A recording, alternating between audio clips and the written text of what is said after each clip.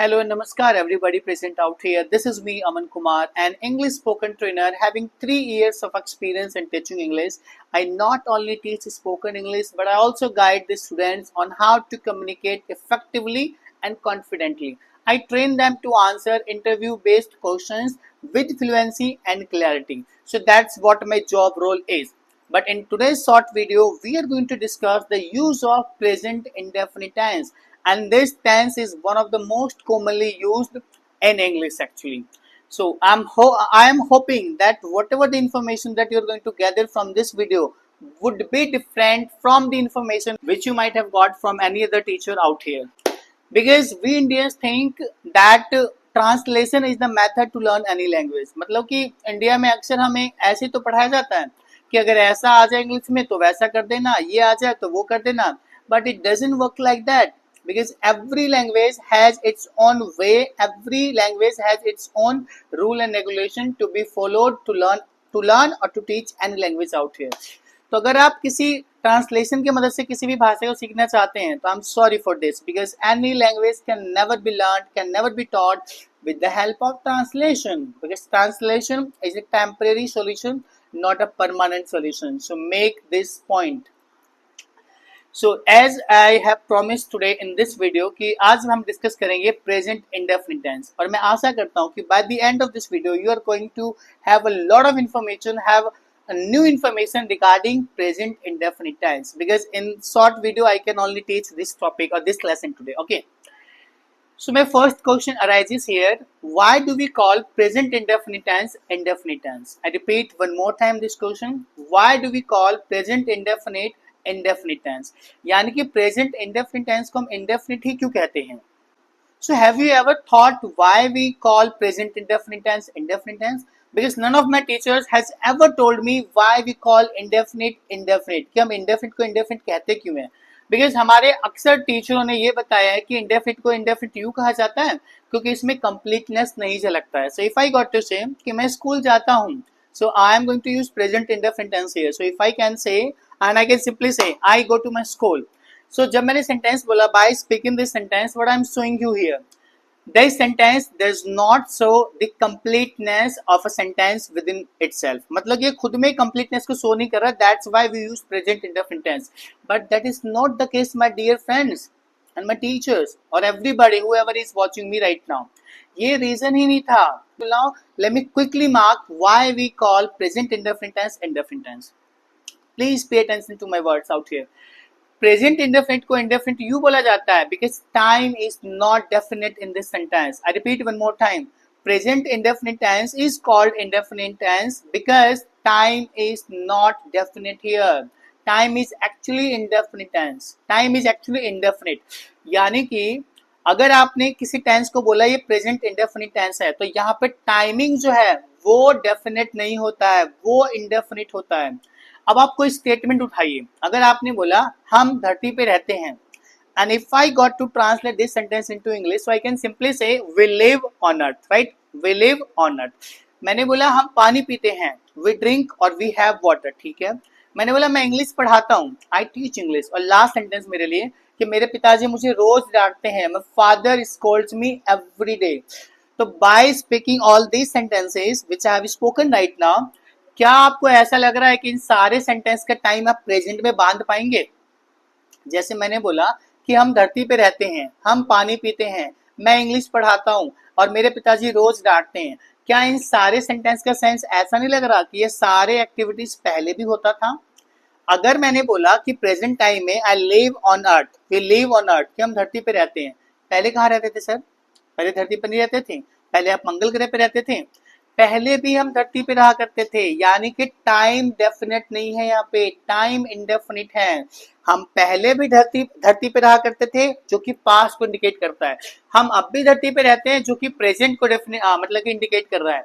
और maybe in future will be living on the same place which is known as earth. तो यानी कि जब आप कहते हो प्रेजेंट इंडेफिनिट का कोई सा भी सेंटेंस उठा लाओ, प्रेजेंट में आप उसको नहीं बांध पाएंगे. यही रीजन है कि इसको इंडेफिनिट बोला जाता है, just because of indefinite time, because time is not definite here. यही कारण है. So if I say you get late every day, you know, you need to be clever, you need to be on time every day, okay. तो अगर मुझे कहना है आप रोज late हो जाते हो, you get late every day, तो ऐसा नहीं लग रहा कि इस स्टेटमेंट का यूज जब भी करा जाता है जब इस व्यक्ति ने लेट पहले भी करा थाने में। जब मैंने बोला आप लेट हो जाते हो रोज, इसका मतलब है सर आप पहले भी लेट आते थे, तो मतलब आज भी लेट आए हो, और maybe in future you may come late as well, future में भी आप लेट आएंगे। तो देखा आपने क्या समझ में आ रहा है हमें कि प्रेजेंट इंडेफिनिट को इंडेफिनिट क्यों कहा जा रहा है, क्योंकि टाइम डेफिनेट नहीं है। आपका सेंस यहाँ पे पास्ट का भी आ रहा है, प्रेजेंट का तो है ही है, और थोड़ा थोड़ा फ्यूचर में भी जा रहा है। एक एग्जांपल और देके आपको समझाने की कोशिश करता हूँ। मैंने बोला I am a teacher, I am a teacher, और ये भी सेंटेंस आपका प्रेजेंट इंडेफिनिट का ही है, जिसको आप सिंपल टेंस बोलते हैं, सिंपल प्रेजेंट बोलते हैं। आई एम अ टीचर, क्या आप इस सेंटेंस को प्रेजेंट में बांध पाएंगे? क्या आपको ऐसा लग रहा है कि जो मैंने अभी स्टेटमेंट दिया कि मैं भी टीचर हूँ, कल तो मैं डॉक्टर था, कल तो मैं एडवोकेट था भाई ना, कल तो मैं मतलब कि सिक्योरिटी गार्ड था, कल मैं आईएएस ऑफिसर था, कल मैं कुछ और था, नहीं ऐसा पॉसिबल है क्या? जब मैंने बोला आई एम अ टीचर कि मैं टीचर हूँ, इसका मतलब है सर मैं कल भी टीचर था। मेरे पास्ट में जाओगे तब भी आप मुझे टीचर के ही रूप में पाओगे। तो ये डेफिनेट कहाँ से हुआ? इसीलिए इसको कहा जाता है इंडेफिनिट टेंस। अब ये कहानी पास्ट के साथ भी चलती है, इसीलिए हम उसको पास्ट इंडेफिनिट कहते हैं, और same goes with future indefinite as well. तो उनका क्या रीजन है, I will mark all of them in another video, but as of now we are just talking about present indefinite tense. So I hope कि आपको present indefinite का exact meaning समझ आ गया है। Now, as I told you, a language can never be learnt through or with the help of translation. Translation can never be a permanent solution. कभी भी आपका permanent solution नहीं हो सकता. So for that you need to follow a permanent solution, a exact or a correct way to learn or teach any language out here. तो अगर आप हिंदी निकालते हैं कि गो का मतलब जाना होता है, प्ले का मतलब खेलना होता है, और ये सारे वर्ब्स भी तो होते हैं, सर ये शेक्सपियर भी इसका आंसर नहीं दे सकते। अगर मैं आपसे एक सवाल पूछूं यहाँ पे, अच्छा ये बताओ गोइंग क्या है, प्लेइंग क्या है, डांसिंग क्या है, थिंकिंग क्या है, टीचिंग क्या है? हमारे सर ने, हमारे मैडम ने ऐसे ही पढ़ाए थे बच्चे, ये सारे वर्ब्स है। माफ करिएगा ये वर्ब्स नहीं है। और आपने इंग्लिश के शेक्सपियर का नाम सुना होगा, जो कि फादर कहलाते हैं इंग्लिश के, भाई साहब वो तक आंसर नहीं दे सकते कि ये वर्ब है या नहीं है। तो जो हमने कहानी रटी हुई है कि ऐसा होगा तो वैसा, वैसा होगा तो ऐसा, ऐसे लैंग्वेज को नहीं सीखा जाता। समझ रहे हैं आप? किसी भी भाषा को आप अपने तौर तरीके से नहीं सीख सकते, उनके पीछे एक रूल एंड रेगुलेशन है that everybody must follow to learn it और to teach it. Remember this point, right? तो अगर लेट्स सपोज कि if I need to teach you present indefinite tense, basically if I need to teach you the use of present indefinite tense, then I am not going to tell you if your sentence ends in ta, ti, te or any Hindi variation out here, bullshit। ऐसे किसी भी भाषा को सीखा नहीं जाता। मैं आपको क्या बताऊंगा कि present indefinite tense is used to talk about daily routine. This tense is used to talk about your general routine. It also helps to talk about habit of yours. जब किसी व्यक्ति की हैबिट की बात करनी पड़े तब भी आपको प्रेजेंट इंडेफिनिट टेंस को यूज करना है। जब आप यूनिवर्सल के सच्चाई के बारे में बात करते हैं तब भी आपको प्रेजेंट इंडेफिनिट टेंस करना है।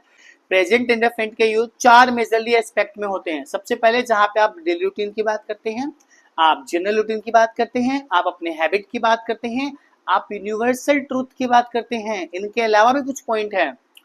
कभी कभी आपने सेंटेंस सुना होगा, अगर आप न्यूज पेपर पढ़ते हैं इंग्लिश में तो वहां पे अक्सर लिखा रहता है the prime minister of America, the prime minister of India lands in India.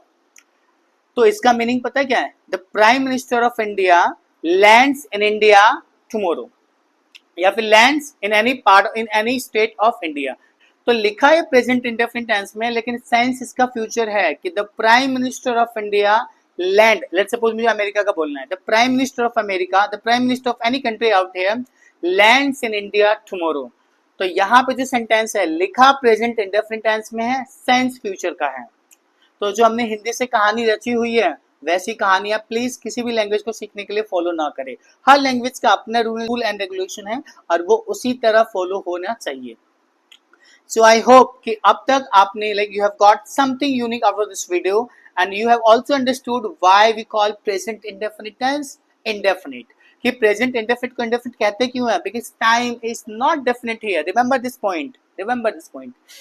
So with this note, I'm wrapping up this video and I hope you enjoyed this video. If so, then make sure subscribe to my channel, press the bell icon, and I would love to meet you inside another video. Till then, bye, stay safe, and yes, keep having great knowledge regarding English. Do not have all the information spread out here. Have the information which is accurate, which is precise anywhere, right? So thank you so much. I'm wrapping up this video. Would love to see another video. Till then, bye, stay safe, and yes, thank you so much, guys. Thank you so much.